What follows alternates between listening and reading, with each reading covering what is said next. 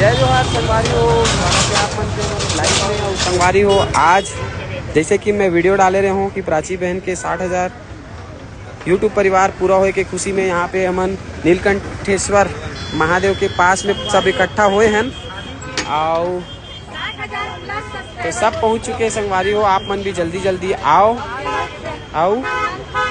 ये देखो सेलिब्रिटी मन के फॉलोअर्स मन।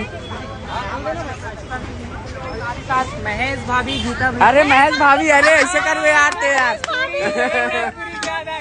यार ऐसे कर दे यार। तो ये देखो संगवारी हो, प्राची बहन यहाँ पे मौजूद है हमारे पास में, है ना। तो जल्दी जल्दी ते यहाँ दर्शक मन ला बोलो। देख सकते हो संगवारी हो, पूरा भंडारा के पूरा तैयारी हो चुके। जल्दी आओ, है ना, पहुँचो भाई। आप बहुत अच्छा भंडारा रखे हैं। जस्ट बस स्टैंड के जस्ट सामने में नीलकंठेश्वर महादेव के सामने, ठीक है। जल्दी आओ, जल्दी जल्दी पहुँचो। अपन ग्रहण करो, अपन पापला काटो। आओ पापला काटो कुछ भी। मोबाइल में क्या है? कुछ बोलना चाहो तुम ना अपन फॉलोअर्स मन से।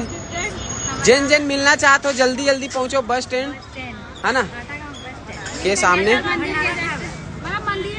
हाँ, मंदिरेच में समझ लो।